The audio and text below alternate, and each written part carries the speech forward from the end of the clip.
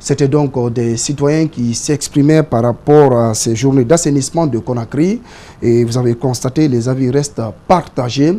Des propos recueillis par Djibril Ba et Abou Korea à Kourouma. Économie dans ce journal, le PNDS 2016-2020, l'architecture du dispositif institutionnel de suivi et évaluation mise en place. Ce vendredi, le gouvernement et les partenaires ont tenu une réunion technique. Les 8 points inscrits et examinés ont permis d'ouvrir et relancer le dialogue entre les parties prenantes. Explication, Mamadou Sadio Baldé, Lamine Silla. Le gouvernement conduit par la ministre du Plan et du Développement économique expose les thématiques dont, entre autres, la gouvernance démocratique, économique et environnementale, l'agriculture et la sécurité alimentaire. Voilà des points à discuter sur la table. D'abord, rétablir le dialogue autour du dispositif, avoir le point de vue des uns et des autres sur ce que nous proposons et surtout s'entendre sur un calendrier de mise en œuvre de ce dispositif-là pour qu'on puisse enfin faire toutes les activités liées au suivi du plan, c'est-à-dire les rapports annuels, d'abord les rapports semestriels, rapports annuels et puis aussi la revue à mi-parcours du PNDS. Les partenaires ont tout suivi. Dans l'ensemble, ils ont approuvé la démarche gouvernementale. Pour trouver une réponse adéquate et harmonisée, ils ont jugé utile d'examiner les thématiques en profondeur et se retrouver et donner une réponse finale. Les bailleurs ont pris connaissance de l'opérationnalisation pleine de ce dispositif. Nous, les bailleurs, on aura une réunion, je dirais, dans un futur proche pour s'organiser, pour définir en fait les responsables de chaque groupe thématique. La société civile et le secteur privé étaient aussi représentés. Dans ce Kourouma fait remarquer que les acteurs sociaux ont besoin d'un renforcement de capacité pour assurer un suivi et un contrôle conséquent de l'action gouvernementale. Je crois que les efforts sont certains et la volonté aussi ne fait pas de défaut, mais il faut tous travailler pour qu'il soit concret. Donc on a besoin d'un plan concret, opérationnel qui marche autour des vrais acteurs et qui prend en compte les véritables préoccupations de toutes les parties prenantes. Ça, on aura des résultats sans faille. La ministre du Plan souligne de passage que le dispositif est un fil conducteur qui n'est pas figé. À chaque étape de son évolution, des réajustements et des corrections peuvent être apportés. Dans l'actualité également, à quelques jours de la célébration de la Journée internationale de la femme, la ministre de l'Action sociale, de la promotion féminine et de l'enfance vient d'animer une conférence de presse à la maison commune des journalistes à Koléa. L'objectif était d'expliquer aux hommes de médias le sens du 8 mars et les activités prévues durant tout le mois.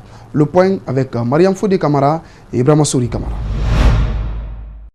Penser équitablement, bâtir intelligemment, innover pour le changement, c'est le thème retenu cette année par les Nations Unies pour la célébration du 8 mars. En Guinée, cette fête sera célébrée sous le thème « Autonomisation des femmes en lien avec le développement durable, bilan de 2010 à nos jours ». Ce thème est le fruit d'une longue réflexion menée par les cadres du ministère et d'autres venus de plusieurs départements concernés par la fête et des ONG. Nous avons dit que depuis 2010, nous avons un nouveau régime. Qu'est-ce qui a été fait dans le domaine de l'autonomisation de la femme? Nous avons dit que nous allons essayer de réfléchir sur la question. Chacun va essayer de donner les grands acquis en la matière. Au-delà de la mobilisation, ce 42e anniversaire du 8 mars sera également marqué par plusieurs activités partagées entre les acquis par rapport à l'autonomisation et l'assistance à apporter aux femmes atteintes du cancer de sein. On a dit que il est bon que nous pensons à nos sœurs qui sont alitées. Lorsque vous regardez les résultats des études qui ont été réalisées, il se trouve que aujourd'hui on est frappé, on est exposé au cancer, le cancer de sein. Donc on va aller rendre visite à des femmes comme ça pour leur prouver qu'on ne les a pas oubliées. Un accent sera mis sur l'innovation et la technologie afin de permettre aux femmes d'atteindre les ODD et l'égalité des sexes.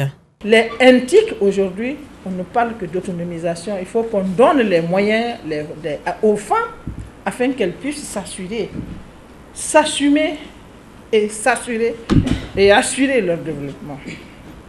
L'exposition d'œuvres produites par les femmes marquera également cette fête. Réunion de concertation ce samedi au Palais du Peuple pour la promotion de la paix et du développement en Guinée.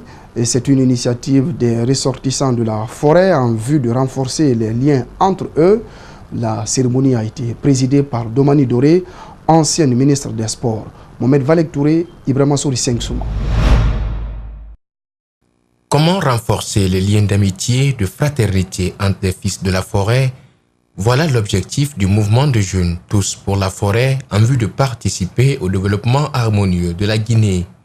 Plus d'une centaine de fils ressortissants de la région forestière s'est retrouvés pour discuter les problèmes qui assaillent la localité. Nous sommes là, c'est pour parler de la paix justement, parce que l'idée est partie des jeunes qui ont jugé nécessaire de s'organiser en une structure très forte pour pouvoir accompagner le président de la République. Nous voudrions, à l'unanimité des jeunes de la forêt, soutenir le président de la République, le professeur Alpha Condé, parce qu'il est en train de faire ses preuves. C'est pour cette raison que la force PAD, les jeunes de la force PAD se sont levés, tendu la main à tous les jeunes de la forêt, en principal nos mamans qui sont aujourd'hui avec nous au Palais du Peuple. Pas de peur, mais davantage l'espoir. Une concertation de partage d'idées qui réunit beaucoup de femmes de la forêt pour une solution meilleure. Un moment pour ces ressortissants de se lever pour anticiper la réalisation de certains projets en faveur de la région. Des propositions pour accompagner le chef de l'État sont tout de même prises par ces ressortissants. Cette graine de personnes que vous avez en face de vous se sont réunies dans l'esprit de réflexion pratique et de dispositions à prendre pour justement contribuer efficacement à la réflexion vers le développement et bien entendu en lien avec la vision du professeur Alpha Condé.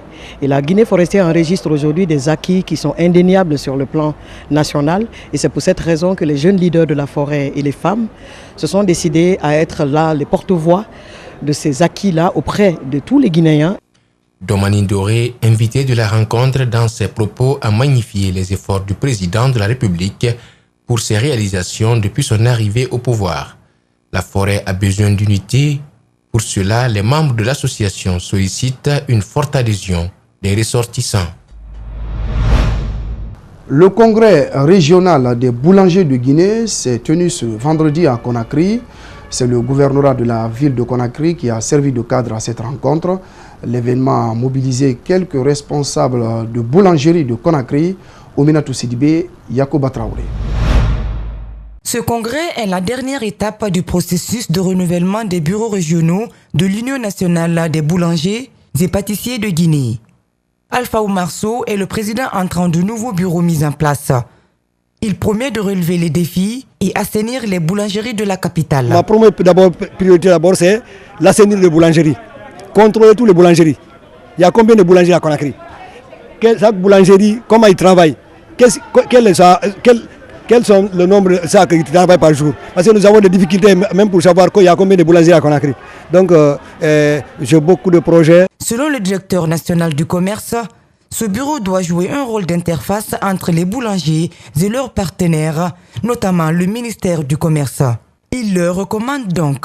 Il faut que le pain soit disponible. Il faut que le pain soit de bonne qualité, c'est-à-dire en respectant les normes de fabrication et les poids. Il faut enfin que le pain soit accessible, qu'il soit à moindre coût, à des prix abordables.